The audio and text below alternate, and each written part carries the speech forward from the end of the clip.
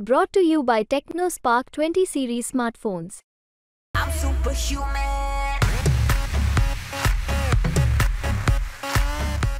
जालना शहरासह जिल्हाभरामध्ये तीव्र पाणी टंचाई पाहायला मिळत आहे.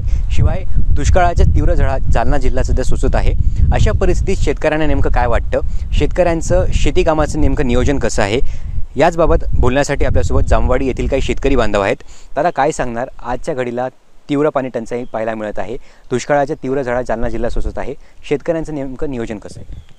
काय सध्याला पाण्याची परिस्थिती इतकी बिकट आहे का पाणीच नाही आहे, कुठंच पाणी नाही. जे थोडंफार पाणी आहे ते पिण्यासाठी वापरतो आहे. आमच्या गावाला आता एक हप्त्यामधून एक टँकर येत आहे, तरी शासनानं काहीतरी व्यवस्था करावी जेणेकरून शेती माल हा वाचू शकतो. बगीचा अजून जर पाणी नाही आला तर हे पुरे बागं उकडून फेकावं लागतील.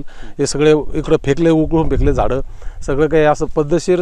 आता जर पाणी आला तर आमचे झाडं वाचू शकते, नाही तर आता हे झाडं पण वाचणार नाही. त्याने तरी त्याच्यासाठी शासनानं काही ना काहीतरी अनुदान द्यावं, जे करून की शेतकऱ्याला पाण्याचा प्रश्न सुटेल, याच्यावर काहीतरी मार्ग काढावा.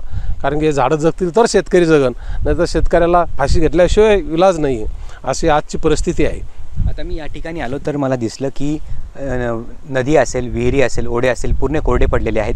तलाव देखील कोरडा पडलेला आहे. सर्व पाणीच नाही आमच्याकडं, कुठंच पाणी नाही. 400-400 फूट बोर घेतला तरी पाणी लागत नाही आहे. शेतकरी करणार तर काय करणार? इथं आजूबाजूला कुठं 15-20 किलोमीटर पाणी नाही आहे. जो आमच्याकडं घाणेवाडी तलाव आहे तो पण कोरडा पडलेला आहे. आमच्या गावचा तलाव पण कोरडा आहे. आता आम्हाला पाण्याचा प्रश्न इतका बिकट झालेला आहे, खूप बिकट आहे. प्यायला सुद्धा पाणी नाही. आता गावामध्ये एक टँकर येते हप्त्याला पाण्याचं, त्याच्यावरच चालू आहे आमच्या गावचं आजचं नियोजन जे काय आहे ते. दादा, काय सांगणार? यांनी सांगितलं की 15-15 किलोमीटरपर्यंत पाण्याची टंचाई पाहायला मिळते. काय सांगणार गावाचं पाण्याचं नियोजन? गावात खूप दुष्काळ आहे, सगळीकडे दुष्काळ आहे जिल्ह्यात. त्यामुळं पिण्याच्या पाण्याचं पण सगळं हे झालेलं आहे. आणि जे शेतीचं पाणी आहे ते पूर्णपणे संपलेलं आहे. जनावरं असे तसे करून भागवून चालू आहे त्यांचं. तरी जे पाणी आहे थोडंफार ते आम्ही शेतीच्या जनावरांसाठी आणि पिण्यासाठी वापरतो आहे. जर लवकर मान्सून जर लवकर आला तरच शेतकरी जगतील. लवकर अपेक्षा आहे की लवकर हा पाऊस पडेल. आता मी या ठिकाणी पाहिलं काही शेतकऱ्यांनी आपल्या मोसंबी बागा आहेत त्या पूर्णतः तोडून टाकलेल्या आहेत, JCBनी तोडून टाकलेल्या आहेत. का, नेमकं काय कारण काय होतं? एक 2-3 वर्षानं पाण्याचा खूप प्रॉब्लेम चालू आहे. 2-3 वर्षांत चांगला पाऊस हा जालना जिल्ह्यात पडत नाही आहे. ह्या वर्षी स्थिती भयानक गंभीर आहे आणि त्यामुळेच झाडं काढण्याची वेळ शेतकऱ्यावर आलेली आहे. थोडंफार पाण्यावर जे जगवलेले आहे आतापर्यंत ते टिकलेत, ते आता ते पण राहणार नाही असं वाटतं आहे. पण नेमकं जनावरांच्या चारा पाण्याचा प्रश्न आहे. मग ही जी काही समस्या आहे ही शेतकरी कशी समस्या सोडवली? थोडंफार जे ॲडजस्ट करून जे आहे त्याच्यावरच बागवणं चालू आहे. तरी पण आता जे पावसाची जी अपेक्षा आहे ती आम्हाला शेतकऱ्या सगळ्यांना आहे. दादा, काय सांगणार? राज्यातल्या लोकसभा निवडणुकीचा दुराळा संपलेला आहे, निवडणुका संपलेल्या आहे. अशा परिस्थितीत आता सरकारने खऱ्या अर्थाने शेतकऱ्यांकडे बघण्याची गरज आहे. काय वाटतं? सध्या निवडणुका, लोकसभेच्या निवडणुका संपलेल्या आहे. आता महाराष्ट्रामधील ज्या 5 टप्पे सगळे संपून गेले. आता जी आचारसंहिता असते ती थोडी शिथिल करावी शासनाने. त्याचा आचारसंहितेचा बागुलबुवा न करता शेतकऱ्यांना त्या आचारसंहितेतून थोडं आणि त्यांना आर्थिक मदत कशी करता येईल या फळबागा वाचवण्यासाठी. आता सध्या फळबागा फळधारणा नसल्यामुळे वाचवल्या जाते थोड्या पाण्यावर, परंतु फळधारणा करायची म्हणले तर ते पाणी नसल्यामुळं फळधारणा होत नाही. आणि नुसते झाडं वाचून काय करायचं? फळच जर येत नसते मोसंबीला तर मग ते झाडं ठेवायचे कशासाठी? म्हणून आम्ही जे शेतकरी की ते बागा तोडून टाकतो. सध्या झाडं वाचवले जातात पण फळ ज्या वेळेस लागतात ते वाचवणं शक्यच नाही. मग त्याच्यासाठी शासनाने काहीतरी कायम अशा काही योजना कराव्यात की शेतकऱ्याला कायम पाणी साठवलं जाऊ शकतं. शेततळ्यासाठी 100% अनुदान दिलं जावं. आणि बाकी ज्या योजना आहेत त्यांना तात्काळ सोयीच्या योजना कराव्यात की ज्या अडगळीत ठेवू नये, की शेतकऱ्याला अडचणीच्या राहू नये.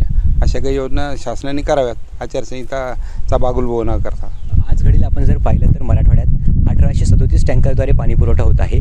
जालन्याचं घाणेवाडी धरण जे आहे ते पूर्ण कोरडठाक पडलेलं आहे. जायकवाडी धरण जे आहे ते पण 6% त्याची पाणी पातळी आज घडीला पाहायला मिळते. येणाऱ्या काळात ते देखील कोरडं पडेल. तर अशा परिस्थितीत शेतकऱ्यांचं नेमकं नियोजन काय, शेतकऱ्यांची मागणी काय? जे टँकर तुम्ही जे म्हणता ना 1837, हे फक्त कागदोपत्री नाचवलेले घोडे आहेत. प्रत्यक्षात मात्र ग्राउंडवर काहीच दिसत नाही. एवढे टँकर येतात कुठं? इतके टँकर दिसतच नाही आम्हाला जिल्ह्यामध्ये.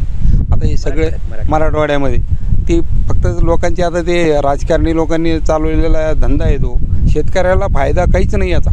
शेतकऱ्याला फायदा झाला पाहिजे असे डायरेक्ट शेतकऱ्याच्या अकाउंटला पैसे टाकले गेले पाहिजे की शेतकरी तो स्वतःसाठी वापरू शकतो.